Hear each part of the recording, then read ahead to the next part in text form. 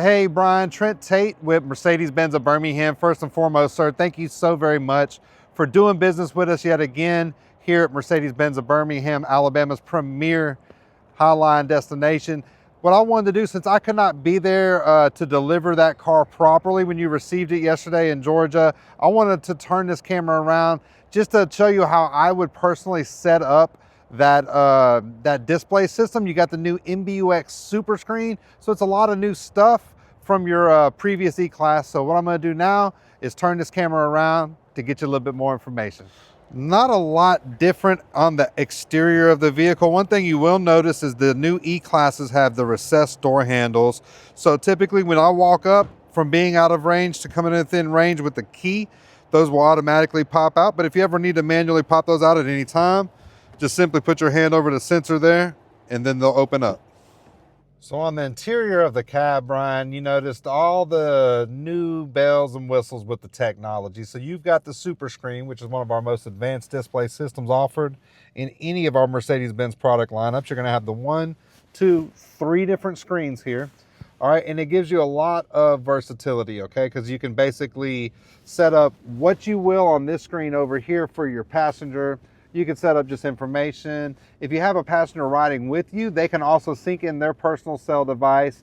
And as long as the camera senses a passenger in the passenger seat there, they can even stream things from the internet while you're driving. As a safety feature, whenever you are do not have a passenger in your screen on your seat over here, they're not gonna have it where you can actually stream live video for safety reasons in this country. But it's going to work somewhat similar to your last E-Class. This is the newest generation of our Mercedes-Benz user experience system here. And this one is going to have it work a lot more like a smartphone, right? So once you sync in your smartphone with your account there, it'll come in wirelessly for your Apple CarPlay, your Android Auto.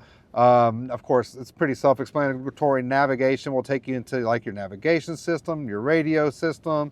You jump right in right there. If there's something that you want to make a favorite, you're just going to hit that little star icon, and that's going to offload that into your favorites menu where I can just see anything that's important to me, right?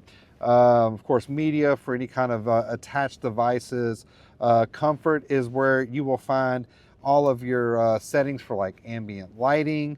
You go to ambient light, you can use any of the colors on your 64 color light bar here, or my personal preference is to use one of our predetermined multicolor templates. But when you're cruising down here to your actual settings for your car, which is located by hitting that little cog wheel right there, or by hitting this little drop down right below, when you hit that button, you also access a quick access menu. So if you want to turn off any sensors or any assist functionality, you can do so right there. But right here in your settings for the vehicle, just kind of line by line, I mean, you were gonna probably keep a lot of this stuff on the default settings. Any kind of assistance, sensitivities, and things like that, you can adjust, blind spot monitors, etc. Parking, one that I always like to recommend on, when you go to your parking settings, go to maneuvering assistance and turn on close range braking. I like that because instead of just alerting you if you're backing up and it senses an obstruction and it sees you're not giving braking input, it will actually lock up the brakes and help maybe prevent a collision. But here under the vehicle tab, you can go through here, things like easy entry exit. I usually turn those options on just because it pulls the seat back and raises the wheel a little bit to get in and out, makes it a smooth transition. Again, everything under occupant protection, I would leave those sensors on. Here under open and close, right? So for vehicle protection, you have the new Guard 360 advanced alarm system in your model. So with that, you're gonna wanna go in here, turn on your collision photos, okay? Turn that on, and I like to go to upload photos and upload automatically. So basically what that does, if you're in the grocery store, somebody backs into your car while you're shopping, you're basically gonna be able to get an alert through the Mercedes-Benz app. It'll store on your head unit, and also you can hit that QR code and be able to offload those quickly and send that to an officer or an insurance agent, etc. But great alarm system in these new Guard 360 setups. Also, your E-Class is set up with the new digital key. This is something that will need to be done through the Mercedes-Benz app, okay? You'll have to set your smartphone up through the charger. This is the wireless charging pad right here, okay? So set it up on the charger, that'll link it, you'll authorize it through the phone. Once it's sitting on that charger, you can start the setup process, and it's somewhat self-explanatory, and you will have to go and configure it as well in the app.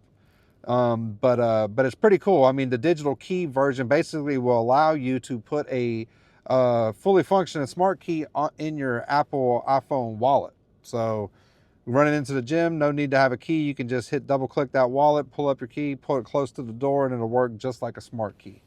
Here under automatic door locks, probably leave that on. Acoustic lock, if you like the vehicle to beep at you whenever you lock and secure your vehicle.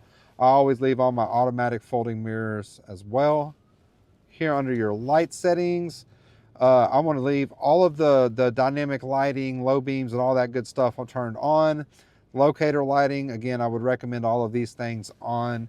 System settings will mostly be things that you'll adjust over time, like different sensitivities for your display screens, for your haptic buttons that you see here on your steering wheel. You know, those can be, you can adjust sensitivities for all of these things. And display, of course, you can change like the brightness levels and different elements of that there. Now here under the audio tab, I would recommend going to entertainment. This is where you can access your equalizer settings for your Burmester sound system. You got the good sound system in your car. I'd put it on 3D surround sound. You do have Dolby Atmos 3D surround sound in your model. Go to your equalizer setting, you know, tweak that however you would want to tweak it. Turn that bass up a little bit, turn that treble up, give you a little bit better fidelity. And, you know, of course, you've been driving nice cars for a while, so you'll know exactly what your preferences are. And then again, in the audio, any different default noise level for phone calls or, you know, sensor beeps, etc., you can do that right within there. Nothing really going on in internet and Bluetooth unless you're going to set up a mobile hotspot, which you can do through MBUX. Given that we all have personal hotspots on our cell phone, unless you have kids in the car that just don't have a data plan and want to stream some content, it's not as important. Now there is some stuff on the horizon where you can actually set up that hotspot, log into like a Spotify account, and get a master stream quality, so you get a little bit better quality stream. That does require a hotspot, and that goes through your Mercedes-Benz app. All this other stuff's pretty self-explanatory. Time and date should be set to automatic.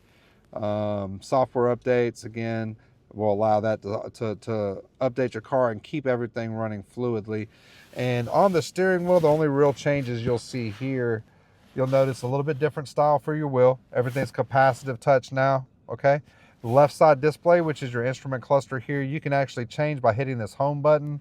You'll pull up different display panels and screens, and I can go between like a sport display, classic, navigation, assistance, shows you everything on the road as you're driving. To select anything, you're just going to press it like a button. That tells it, okay, yeah, I'm good, I want this screen, I want to select it. So any swipes or button presses will be handled with the pad.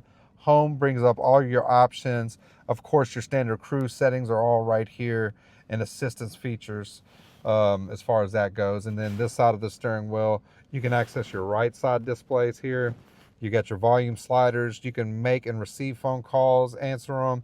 This talk button, if you tap it, you'll bring up your Hey Mercedes functionality with your digital assistant. Once your phone's linked though, if you press and hold that talk button, it'll actually override your phone's voice software. So if you're like me and you use Siri a lot, you can press and hold that button, and that'll bring Siri up, and I can just say, hey, you know, text home, I'm on my way, I'll be there in 10 minutes, and it'll execute that function for you.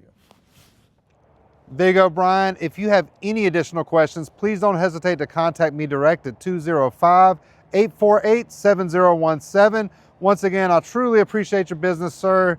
I really look forward to serving you and your family in the future again, and I can make you this personal guarantee: when you're dealing with Mercedes-Benz of Birmingham, expect excellence.